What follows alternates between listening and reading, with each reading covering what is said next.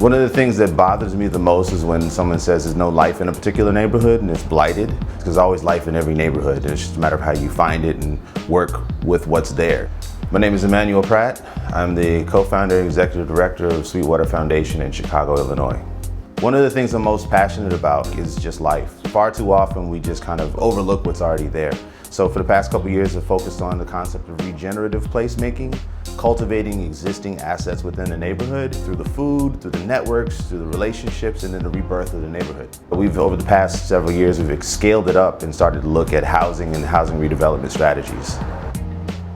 My life has been a lot of wandering. It's gone from art and music into architecture and then urban design, and then ultimately rethinking neighborhood development strategies. I'm at a point where I'm trying to rethink what is the role of art and architecture and agriculture all in one as a regenerative development strategy.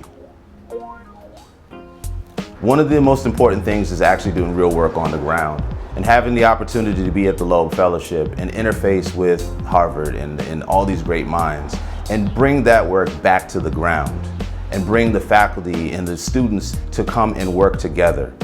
I think there's a tremendous opportunity that we can actually do real work that a lot of people are missing. One of the reasons I wanted to focus on the Loeb Fellowship is just to have the opportunity to reflect and translate all of my different experiences in a new context.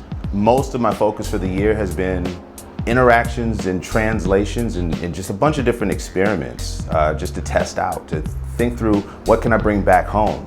One example was taking an empty garage and turning it into a gathering and meeting space. We did a radio station and we had Saturday workshop sessions, and it wasn't just a Harvard community, it was people from all over the city and actually all over the country that started to show up. Another thing that we did was a public art exhibition. With the political climate, trying to rethink the role of the public and the public domain and public transportation. We have such problems getting along as people, we just focus on what happens if we think about we the publics. We also did a design studio here with Jeannie Gang and Studio Gang Architects, really thinking about the role of a pavilion as a public space and a gathering space in the south side of Chicago. Everything I've done here, including my relationships with students and faculty and professors and teachers, is developing more relationships to continue the work and strengthen the work and bring it back to the south side of Chicago.